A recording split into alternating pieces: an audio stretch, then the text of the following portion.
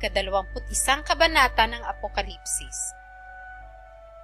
At nakita ko ang isang bagong langit at ang isang bagong lupa, sapagkat ang unang langit at ang unang lupa ay naparang, at ang dagat ay wala na. At nakita ko ang bayang banal, ang bagong Jerusalem, na nananaog mula sa langit buhat sa Diyos, na nahahandang gaya ng isang babaeng kasintahan, na nagagayakang talaga sa kaniyang asawa.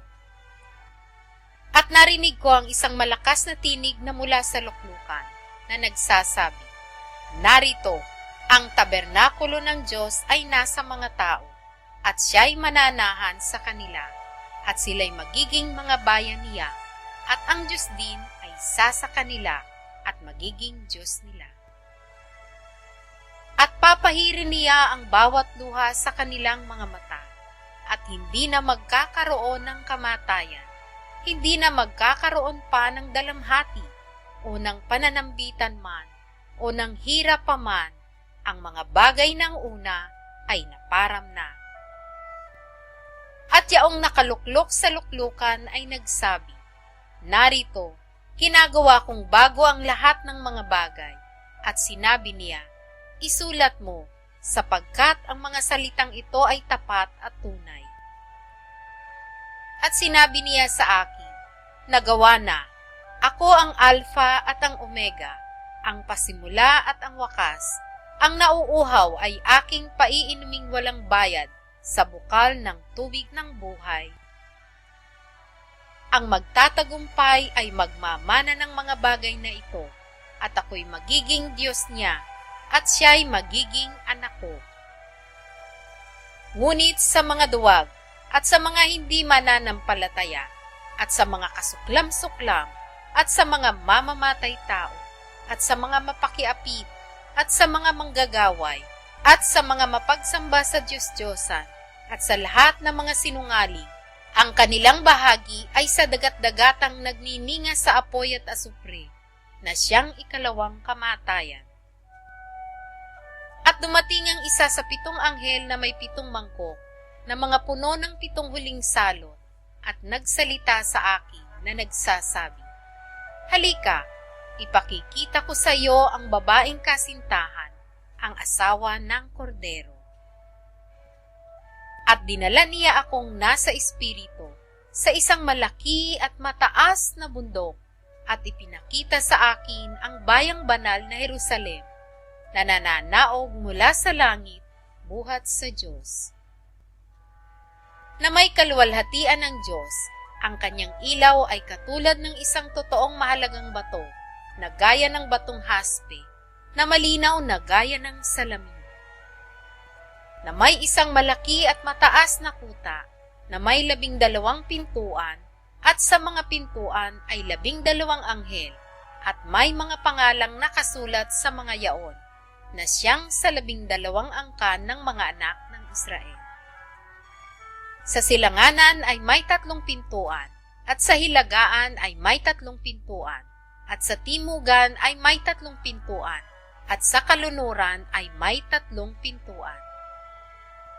At ang kuta ng bayan ay may 12 pinagsasaligan, at sa mga ito'y ang 12 pangalan ng 12 apostol ng Kordero. At ang nakikipag-usap sa akin ay may panukat na tambong ginto upang sukatin ang bayan, at ang mga pintuan nito, at ang kuta nito. At ang pagkatayo ng bayan ay parisukat, at ang kanyang haba ay gaya ng kanyang luwang, at sinukat niya ng tambo ang bayan, ay 12,000 estadyo. Ang haba at ang luwang at ang taas nito ay magkakasukat. At sinukat niya ang kuta nito ay 144 na siko, ayon sa sukat ng tao, sa makatwidbagay ng isang anghel. At ang malaking bahagi ng kuta niya ay haspe, at ang bayan ay dalisay na ginto, na katulad ng malinis na bubog. Ang mga pinagsasaligan ng kuta ng bayan ay may pamuting sari-saring mahalagang bato.